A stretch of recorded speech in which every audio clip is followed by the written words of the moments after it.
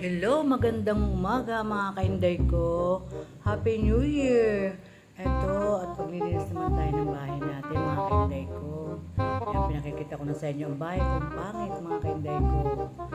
Maglilinis ako, babalik-tarin ko yung aking bahay. Alam niyo ba, pag naglilinis pala ng bahay mga kainday ko, suswertihin kayo. Yan ang aking pamahiin. Akin lang ha. Ewan ko sa iba. So, ayan, may natirang pagkain sa pagkainan namin, ng aming bagong taon. Ayan, at maglilinis ako. Lilinisin uli natin ang ating bahay nang sa ganon ay pumasok ang grasya, mga kainday ko. So, ayan na, naglilinis na ako. Sabi ko yan. Yan ang aking bahay. Maraming sabit-sabit ng mga kordon-kordon ng internet dahil wala naman ng lalaki dito sa bahay. So, ayun na. Maglilinis na si Inday. Umpisa na maglinis lahat. Lilinisin. Kahit hindi kayang linisin ang akin. So, ayun na. Ang aking balay. Wala na yung tatlo kong anak. So, isa na lang yung natira. Diba? Hindi pa ako nagpapapintura at yung magpipintura ay busy-busy. Saka busy rin po ako. So, ayan na nga. Naglilinis na ako mga kainday ko. Subukan nyo. Kailangan malinis ang bahay itong pagpasok ng bagong taon mga kainday ko. Hindi naman yung maglinis ka bagong taon lang. Araw-araw po kami naglilinis na sa ganun ay pumasok ang grasya. Paggabi na natutulog na ako ng alas 11, alas 12. Nakalinis lang ako ng balay ko. Naglinis na tayo ng aking balay kahit na marami. Hindi lang kahit pangit ang bahay ko. Diba? Wala na akong anak na kasama. Isa na lang yung puso ko yung kalibada. Yung pagbahay sa babae, malis na rin. Nasa ibang bansa na sila. So, isa na lang kasama ko. Ako talaga lahat ng maglilinis. Talagang babae ang maglilinis.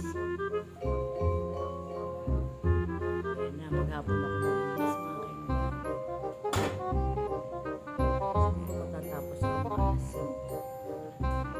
Umpisa ako alas 8. Isa sa uli-uli sa lalagyan mga kaibigan. So, Happy New Year sa inyo lahat. Sana'y masaya kayo. Ako naman masaya naman dahil ang mga anak ko ngay wala na sa tabi ko. Hindi nakakalungkot din pala pag wala yung mga bata. So, ganyan po talaga ang routine ko. So, ayan na, naglilinis na tayo mga kainday ko. Naglilinis ng bahay. Yung ginamit kagabi, wala namang maraming So, handa. kasama ko dito yung dalawang apo ko. Talagang Saka yung manugang ganito na yung ko. nakasanayan ko pagkatapos ng bago Hindi ko ko naman sila hindi maglinis kasi Oo, bata, kapalapit na yung trust ko. Talagang binabaliktad yung bahay ko, tinatapon ko yung mga... Pero masipag yung kambal na isa yun. Nagpapalit na kami ng Nakita ko gamit. maraming Hindi naman hugasin. tinatapon, Sabi niya, mama, ako pinapahingi. na Nagpapalit na kami ng gamit. May anak ang kasama ganyan. Para swerte tayo. Pero kailangan pa rin masipag. Gising ng alas 5. Linis na sa ganun ay swertihin naman tayo. Ayan. Pero hindi ko sinasabing linisin yung bahay niyo para swertihin kayo. Bumangon kayo ng maga para magtrabaho kayo. Doble trabaho gawin niyo para swertihin kayo. Hindi yung lilinisin mo bahay mo. May grasya na. Ano po? Nasa. Bangon po kayo.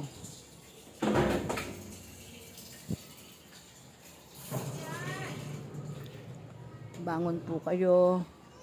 Habang naglilinis ako, nagwa-washing ako. Para mabilis ang trabaho. So, hanggang doon na nga lang po. Ako'y naglilinis. Ayan. Paulit-ulit ko nililinisan niya.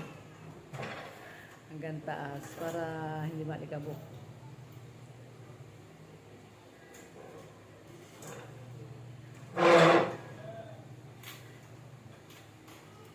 Si Inday nag-aayos ng kurtina.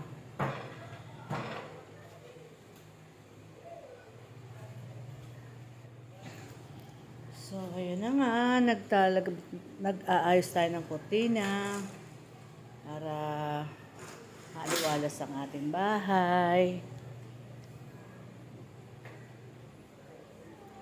Alam niyo, pag malinis ang bahay, maaliwalas.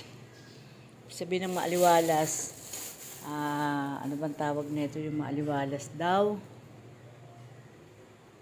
Parang masaya ang bahay. Harmony.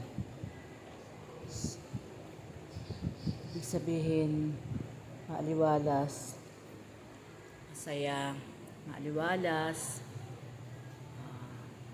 tahimik, kahit pangit ang bahay, payak, okay lang, basta malinis. So, dalawa na lang dapat kami nilagay dito, pero kinuha ko yung mga apo ko para magulo ang bahay, para masaya. At makakapahinga na rin ako mga kainday ko. Hindi ako nag-vlog nung nakaraan dahil ang alaga ko ay si Unding. So, isang araw, makikita nyo rin yung alaga ko, si Unding, si Odysseus. 3 buwan pa lang yan, nasa akin na. Ngayon, magwa-8 buwan na. So, makikita rin nyo yung trabaho ko, araw-araw linis, araw-araw alaga. Tuwing Sabado, day off ko, tsaka Linggo. Andiyan naman yung mama niya, tsaka papa niya. So, nagde-day off din ako ng pag-aalaga ng bata. Aking puon. Ayan, yung isa itong puon na to. Itong mga puon na to, pinaliliguan ko yan kung minsan. Yung yan, yung may koronang yan, yung nakapasan ng kahoy, nakaligo na siya. Pinaliguan ko na yan. Dahil ako, nagpapaligo talaga ako ng puon. Ayan. Malinis na sila, oh. Hindi nakakauma. Yung iba nagsasalita ng nakakauma, ako hindi nauuma sa inyo. Kanya-kanya tayong relihiyon, pero yung iba, may mga ugali din. Mga nagre-relihiyon yun pa kayo. Iba pa ang relihiyon nyo, pero masasama mga ugali ninyo. Sabihin ba naman akong nakakauma na? Bakit mas nakakauma kayo? Wala naman kayo na itutulong. So, ayan, kanya-kanya tayo relihiyon. Relihiyon ko to, kaya wag niyo akong pakialaman. Yung iba dyan nakakauma na rin.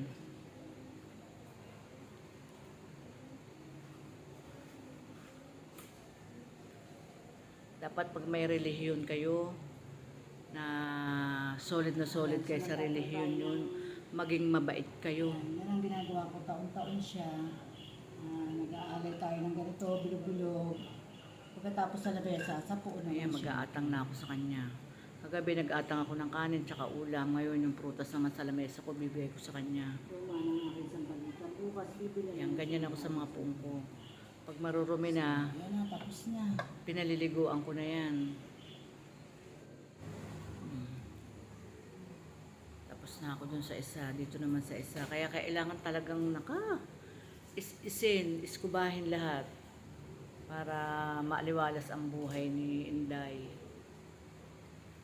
Yan lang naman ang gagawin ko. At yan lang naman ang bisyo ko, maglinis ng bahay. Paminsan-minsan kain, yan ang bisyo ko, kain, linis. So, ayan na nga. Matatapos na ako maglinis. Talagang hanggang taas. Maghapon ako naglilinis mga kainday. Mag-umpisa ako ng alas 8, matatapos ng alas 5. Sabay na yung labanon.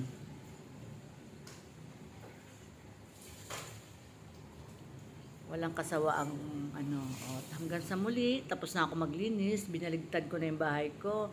Bye-bye! Happy New Year!